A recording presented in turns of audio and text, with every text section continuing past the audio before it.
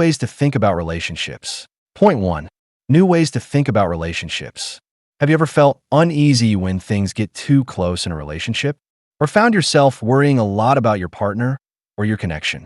There's a lot to unpack when it comes to our feelings in relationships, and understanding them can really help. This is where the idea of attachment styles comes in. It's all about how we connect with others based on our past experiences. By learning about these styles, you can figure out why you and your partner act the way you do. This knowledge can help you tackle the tough spots in your relationship and understand what you really need to make it work. So, if you're looking to improve your love life and feel more secure, diving into these ideas might just be the key to finding and keeping the love you want. Point 2.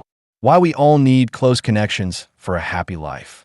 Uneasy feeling you get when your partner is away for a while is tough, right? The feeling comes from our attachment to each other. So what is attachment? It's that special bond we share with someone, whether it's between a parent and child or two people in love. These connections are super important and come with a lot of benefits. Having someone close to us gives us a solid emotional base. It helps us stay calm, even when things get tough. For instance, just holding your partner's hand during stressful times can make a world of difference. It's like having a safety net that makes scary situations feel a bit less daunting. There was even a study where women in a stressful situation felt less pressure when they could hold their partner's hand. Their brains showed less stress when they weren't alone in facing challenges. In another word, if we don't have those close bonds, we can end up feeling really unhappy and even face health issues.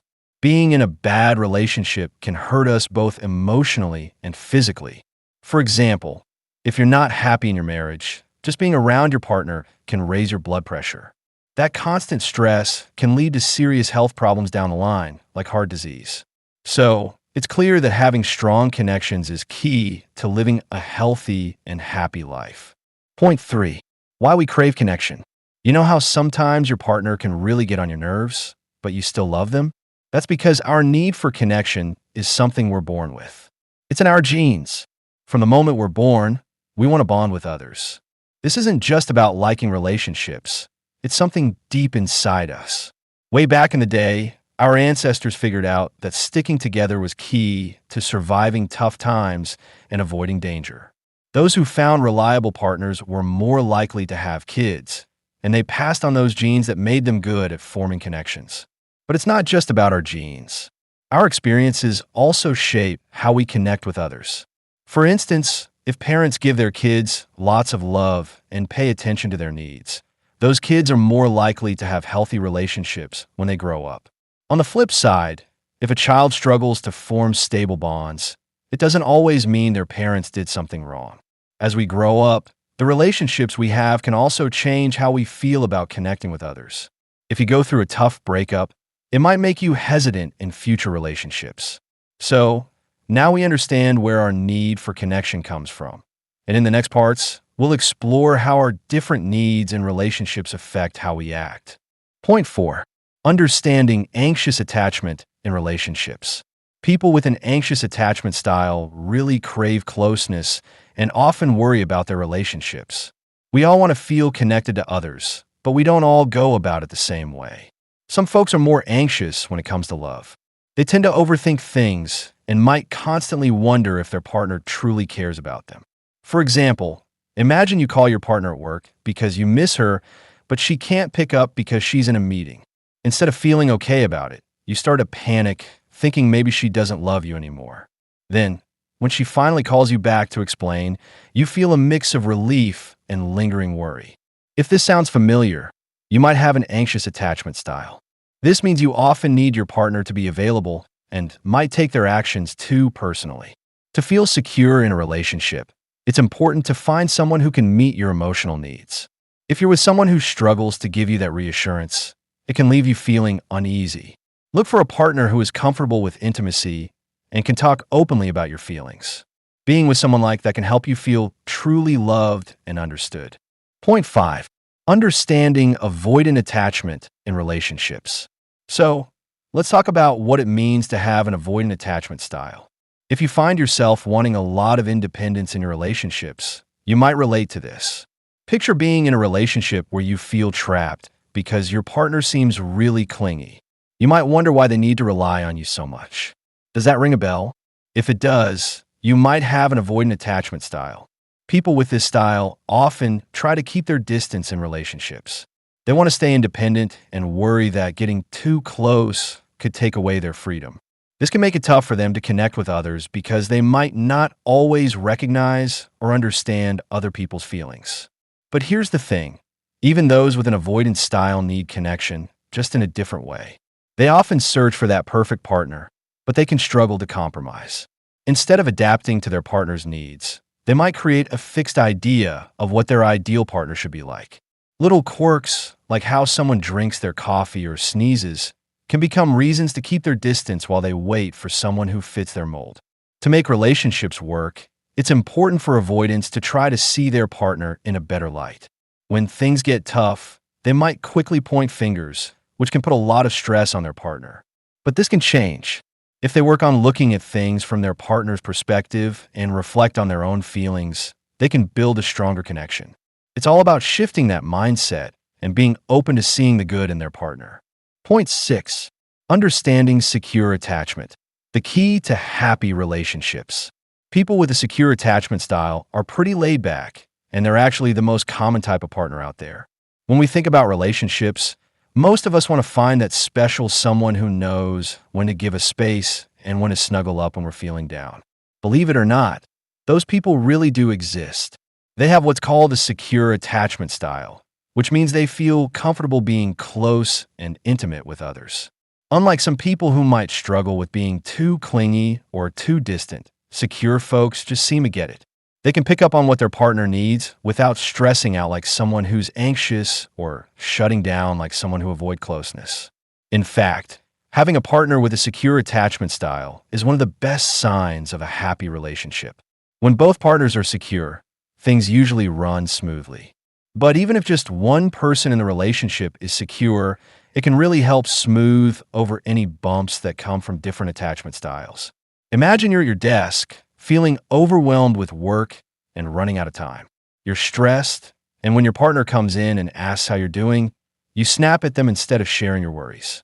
But because your partner is secure, they won't take it personally. They'll understand you're just having a tough moment and will find a way to support you, maybe by encouraging you or cheering you on. Now that you know about these different attachment styles, you can use this knowledge to build a happier relationship. Point 7. Talk it out for a happy relationship. Communication in relationships is key to finding the right partner and keeping that connection strong. Every relationship is unique with its own ups and downs. So, how can you make sure you're happy together? The answer is pretty straightforward. Talk to each other. No matter how you connect with people, being open about your feelings and needs can really help you see if someone is a good match for you. When you start dating someone new, it can be tricky to read their signals. For instance, if you've been out a few times and they haven't made a move, it's natural to feel a bit anxious. You might wonder if you should wait for them to take the lead or if you should step up. Instead of stressing out, why not just bring it up? You might worry that it'll make you seem too eager, but it's actually a smart way to clear the air. Even if their response isn't what you hoped for, at least you both know where you stand. If you really like someone, don't hold back on sharing your feelings. It's important to express what you need and what's on your mind right from the start if you want your relationship to thrive. But remember, effective communication doesn't mean you have to spill every little issue right away. It's more about making sure your worries don't pile up. The trick is to talk about what's bothering you without blaming your partner. For example, instead of saying, "It's sad that you're still talking about your ex," you could say, "Hearing about your ex makes me feel a bit insecure. I just want to know that you're happy with us." This way, you share your feelings without pointing fingers, and it helps your partner understand where you're coming from. Point 8. Handling conflicts can strengthen your relationship. Let's talk about something we all face: conflicts in relationships. It's totally normal to disagree with your partner sometimes. In fact, did you know that arguing can actually make you happier together? What really matters is not how often you disagree, but how you handle those disagreements. Here are a couple of tips to keep in mind when things get a bit heated. First, try not to mix issues. If you're arguing about who should do the grocery shopping, don't let it turn into a fight about who does the dishes. Keeping the argument focused on one topic helps prevent it from blowing up. Second, always consider how your partner feels. Finding a compromise can make a big difference. For instance, if you want to spend your vacation at the beach but your partner prefers something more adventurous, look for a place that offers both. You could enjoy a relaxing day by the sea and also explore some cool sights together. Talking about what's bothering you can actually bring you closer. If something's been bugging you, like your partner not taking out the trash, don't assume they know. Sharing your feelings can be a relief, and it helps your partner understand what you need. In the end, working through conflicts can lead to a stronger bond between you two. Point 9. Don't waste your time on the wrong partner. In those romantic movies, everything always works out perfectly. The guy gets the girl, and they live happily ever after, no matter their differences. But in real life, it's not that simple. If you're someone who craves closeness, dating someone who likes to keep their distance can be a recipe for disaster. It's like being on a roller coaster, lots of ups and downs. When you want to talk about big things like marriage or kids, and your partner isn't on the same page, it can create a lot of tension. The key to a happy relationship is finding someone who understands and meets your needs. No matter what your style is, the best way to make sure you find the right person is through good communication. Talk about what you both want and need. If you're not feeling happy, don't waste your time trying to fix things that just won't work. Sometimes, it's better to accept that you and your partner want different things and look for someone who shares your expectations. That's how you can find true happiness in a relationship. Thanks for hanging out and listening. Point 10. Conclusion. If you want a strong, lasting relationship, don't just wing it. Take some time to understand your own attachment style. This will help you find a partner who can meet your needs. If something's bothering you in your relationship, speak up. Letting little issues build up can really hurt your connection. Instead, talk to your partner about what's bothering you without mixing in other problems. This way, you can both focus on finding a solution together. Also, getting to know your own attachment style is super important. It helps you understand what you need and how to express it. This understanding can lead you to a partner who's a great fit for you.